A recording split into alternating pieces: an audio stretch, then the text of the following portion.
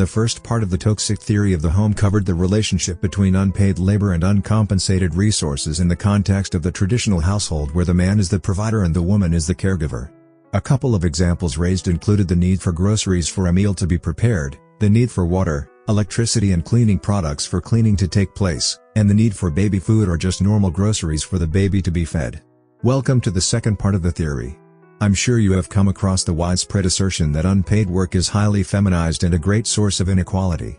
Another popular claim, which is common in divorce or family courts, is that domestic work cannot be quantified, hence the need to split any matrimonial property under dispute in half. This is not just a claim but is the basis of most divorce proceedings across many jurisdictions around the world.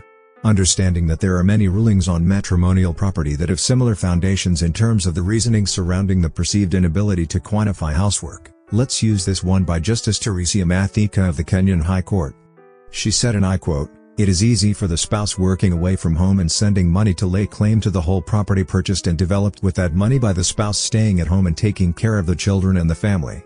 That spouse will be heard saying that the other one was not employed so they did not contribute anything. Raising children is a full-time job that families pay a person to do as well as cooking and cleaning. Hence, for a woman in employment who has to balance childbearing and rearing, this contribution must be considered." The judge also urged her fellow judges to consider pregnancy and resolving matrimonial disputes because carrying the pregnancy is a job. Since some couples who experience difficulties in having children the biological way utilize the services of a surrogate mother. The arguments presented in this ruling take us to the second part of our theory, which states that uncompensated resources are still fundamental even when unpaid labor ceases to be unpaid. This second part of the theory focuses on the modern empowered woman who outsources most of domestic work to pursue other economically viable ventures or activities outside the home, thereby contributing to the generation of familial wealth directly as opposed to indirectly. In this case, the woman contributed directly to the establishment or growth of marital property. So before we go on, what would be a fair separation, in terms of everything you can think of, between women who actively and those who passively contribute to the generation of family or marital wealth? Comment down below. The second part of the theory also factors in the two assumptions. First, those who believe in equality for women actually believe in equality for all women. And second, those who campaign for equal pay for the same job actually believe in equal pay for the same job. Now, unpaid labor ceases to be unpaid once it is outsourced to a third party outside the relationship or the marriage, mostly called nannies, house helps, domestic managers, and many other titles. The judge was accurate in pointing out that raising children is a full-time job that families pay a person to do, as well as cooking and cleaning. Remember, in a home of at least two people or adults, each of them has a responsibility to the household. In the traditional setup, these responsibilities were very clear since women provided care and men provided all the required resources that facilitated the provision of care. The third party involved in the household to fundamentally complete the caregiving responsibilities is paid because they are not a member of that household, and hence do not have any responsibilities towards smoothly running the house. According to the International Labour Organization, over 76% of domestic workers are women, so moving forward I will use she or her in reference to nannies or house managers depending on what you call domestic workers, whichever part of the world you are watching this from. Since the house manager does not own the home, then she is compensated because she does not have any responsibility in the context of the household.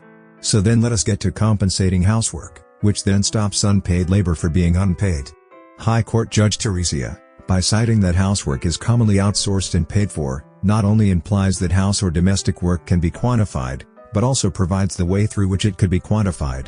Let us assume that the judge and all those who hold similar opinions that housewives should be paid or that housework, when done by a partner, should be compensated believe in equal pay for the same job and equality for all women. Considering that most domestic workers are women and assuming that those who champion for equality and equal pay for the same job genuinely believe in what they are championing for, in compensating housework, should house managers claim half of their employer's income or assets, or should the contribution of housework to wealth generation in a family, in the case of separation or divorce, be calculated based on the house manager expenses of a particular jurisdiction? Then of course there is the argument of opportunity cost, which is whatever the woman had to give up to do domestic work, especially the skills they possess. Not all domestic workers are unskilled and neither do all of them do the job because they want to. Having that in mind, is the opportunity cost and one's skills factored in when compensating domestic workers to do the same job? Remember, women, just like men, have responsibilities to their households and their children. Now, if women are compensated for their responsibilities in their households and their children in terms of paying unpaid labor, who should compensate men for the uncompensated resources invested in families to facilitate the unpaid labor? If women are paid for the 3 hours taken out of formal employment for child-related responsibilities, who should pay men for the uncompensated resources generated from the 7 extra hours worked because of the children? The judge also highlighted something interesting along the lines of women being compensated for pregnancies because some couples require the services provided by surrogate mothers. I think this will become a law in the near future, if it is not one in some areas of the world. When that time comes, will we consider that surrogates do not, for lack of a better word, own the children they bear, hence why they are actually compensated? Or we will just bill fathers without acknowledging mothers, again for lack of a better word, ownership of the children they bear? And we now get to accusations that it's people like us who do not value housework and do not think that it is important in the growth of a family, a society, and a country because of the choice to analyze unpaid labor holistically. Such accusations mostly come from middle to upper class working women who label men as misogynistic or traditionalists for trying to analyze housework in a manner that does not match their beliefs or perceptions. But, do the women who champion for appreciating housework actually appreciate housework? Do they feel the same about housework when it is not middle to upper class working women doing it? Do all women appreciate housework irrespective of who does it? These rhetorical questions go back to the assumptions of the study. Do all those who advocate for women's equality, including equal pay, actually believe in equality for all women?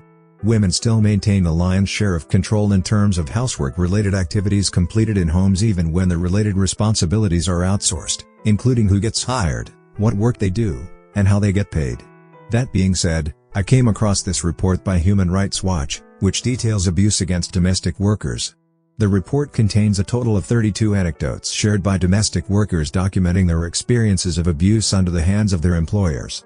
The abuse is categorized into physical, psychological or verbal or emotional, food deprivation, and sexual victimization. 10 of the 32 interviews were physical abuse, 5 contained psychological or verbal abuse, 9 were of food deprivation, and 8 contained sexual assault. Of the physical abuse cases, 1 was perpetrated by a male employer, 5 by female employers, and 4 were unspecified. All the psychological abuse was perpetrated by female employers. 2 of the 9 instances of food deprivation were perpetrated by female employers, while the remaining 7 were unspecified. It is worth noting that one of the studies included in the report uncovered that 75% of the involved female domestic workers were diagnosed with malnutrition. 7 of the 8 instances of documented sexual assault were perpetrated by male employers, while 1 was perpetrated by the man and the wife was aware of it.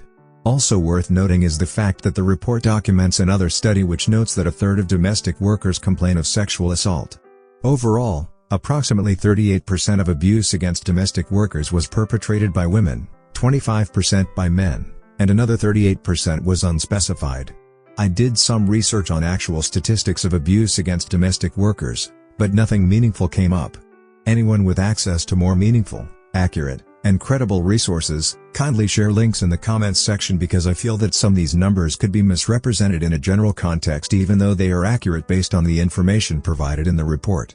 Anyway, as you look at these statistics, between men and women, who do you think fails to appreciate housework? All those women championing equal pay and female empowerment, why do they ignore this abuse against domestic workers?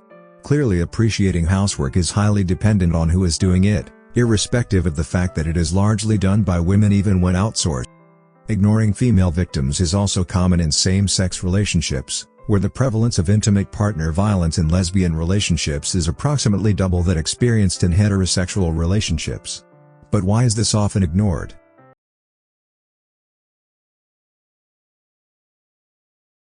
Anyway, I think this debate and friction around paid and unpaid labor, compensated and uncompensated resources is influenced by the fact that there is a disconnect in either gender taking up the traditional roles of the other.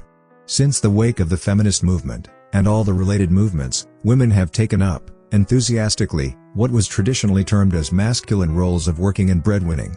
However, men have not reciprocated the enthusiasm when it comes to taking up roles that are traditionally termed as feminine, that is caregiving responsibilities.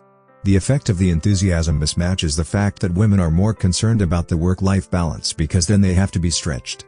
Remember, women did not choose to work, they actually fought to work. So in being part of the workforce, women are enjoying the free will stemming from the actions of the feminist movement. Since men are not taking traditional feminine responsibility at the same rate as women are taking up traditionally masculine roles, the most popular solution has been resorting to coercion, which is both active and passive. International organizations such as the United Nations engage in active coercion by initiating conversations to distribute unpaid labor, which are largely confrontational and result in articles such as these. This is founded on what is presented as a stereotype that if men do housework then the woman is lucky and the man is helping out.